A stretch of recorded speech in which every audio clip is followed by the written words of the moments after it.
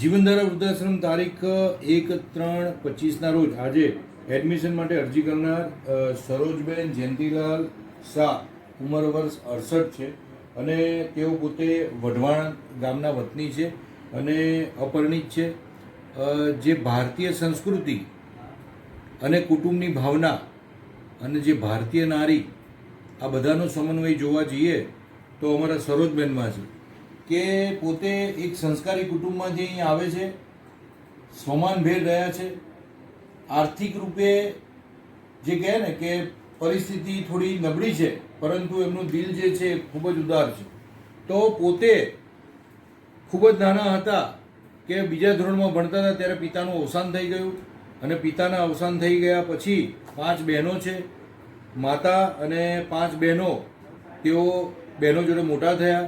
મોટા થતાં મોટા બહેનોના લગ્ન થતા ગયા, પરંતુ તેમને અંદરથી કે હું જતી રહીશ તો મારી મમ્મીનું કોણ કરશે, આ ભાવનાઓ સાથે એમના એક બહેનને દીક્ષા લેવાની ભાવના હતી, પણ એમના બહેને પણ મમ્મીની સેવા માટે દીક્ષા પણ ના લીધી ને લગ્ન પણ ના કર્યા અને એમણે પણ આ જ રસ્તો અપનાવ્યો કે તો તેમણે પોતે લગ્ન ના કર્યા અને પોતે ખૂબ જ સ્વમાનભેર પોતાની આખી લાઈફ માતા પિતાના માતાના અવસાન પછી પણ ખૂબ જ સરસ રીતે તેમને અત્યારે હાલ આટલી ઉંમરે તેઓ અહીંયા છે. તેમને પોતાને 2 પગે ઓપરેશન કરાવેલા છે અને અત્યારે હાલ તેઓ અશક્ત થઈ જતા કે હવે મને એવું લાગે છે કે મારે કોઈ જગ્યાએ સારી જગ્યાએ ક્યાંય જે પરિવાર મોટો હોય કે હું કોઈ એવા જગ્યાએ જઈને શાંતિથી રહું, કેમ કે હવે તેમનાથી કામ પણ નથી થતું. તો પરાગભાઈ, તમે કેમ એમને એડમિશન માટે અરજી કરી છે તે મને જણાવો. સરોજબેન મારા 2-3 પેઢીએ સાસરી પક્ષના સગા છે. મારા શાળા જે છે મામાજીના દીકરા, એ લોકોએ મને થોડાક ટાઈમ પહેલાં, 1 મહિના પહેલાં મને એવો વિચાર સોંપ્યો કે સરોજબેન વઢવાણમાં એકલા રહે છે અને એમનું ધ્યાન રાખવાવાળું આગળ પાછળ કોઈ છે નહીં, તો આપણે એમને કોઈક વૃદ્ધાશ્રમમાં ઘરડા ઘરમાં ક્યાંક એમને સારી જગ્યાએ મૂકીએ. એની તપાસ કરતાં કરતાં ફાઇનલી અમને અહીંયાનું મળ્યું અને અમે જૈન છીએ એટલે અમને એવો આગ્રહ હતો કે આ જૈનો માટેનું છે અને જૈન ફૂડ ને બધું મળે એટલા માટે, અને કોઈના રેફરન્સથી પણ, એટલે અહીંયા હું તપાસ કરવા મહિના પહેલાં આવ્યો હતો. એમને ઓપરેશન કરાયેલા છે? એમને 2 પગે પગના સાથળના ઓપરેશન વારાફરતી 6-7 વર્ષ પહેલાં વારાફરતી થયેલા. અત્યારે સારી રીતે ચાલી શકે છે. એટલે આગળ જતાં તેઓ એકલા રહી શકે એવું લાગતું નથી તમને? હા, આગળ જતાં તબિયત અત્યારે 68 છે અત્યારે, એટલે આગળ જતાં એમની તકલીફ ઉંમર વધશે એમ વધવાની, એટલે ચિંતા છે એમને. તમે પોતે જીવનધારા વૃદ્ધાશ્રમમાં તમે આજે આવ્યા છો, તો તમે અહીંયા કેમ રહેવા માટે તમે તૈયાર થયા છો? સાહેબ, ઘરમાં કોઈ માણસો નથી, એકલી છું.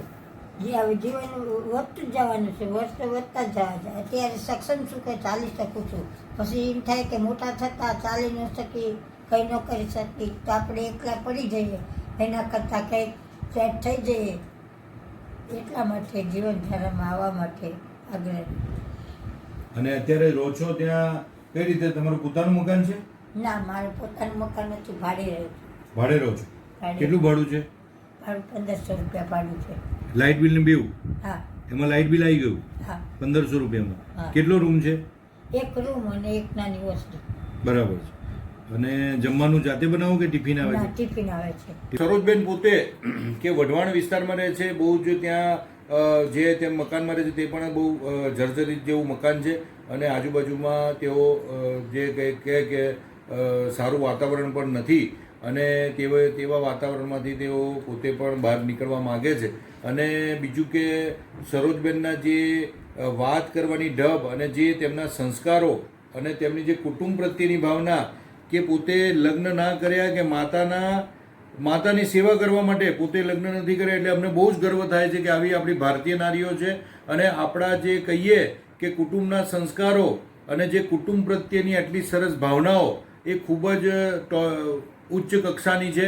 અમારા પરાગભાઈ પણ તેમના દૂરના સગા થાય, પરંતુ તેઓ પોતે પણ અત્યારે બાને એડમિશન માટે લઈને આવ્યા છે. તેઓ પણ ખૂબ જ સરસ તેમની ભાવનાઓ સાથે અહીંયા આવ્યા છે.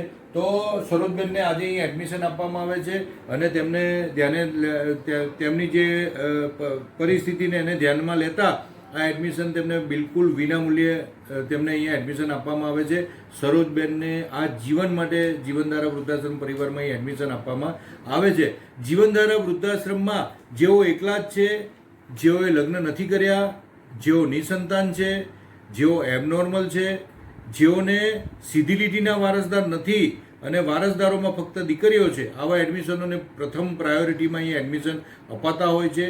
દરેક વડીલોની પરિસ્થિતિને ધ્યાનમાં રાખી અને વિના મૂલ્યે અથવા તો કોઈ નોમિનલ ચાર્જમાં અહીંયા નોમિનલ નિભાવ ખર્ચ લઈ અને અહીંયા એડમિશનો અપાતા હોય છે.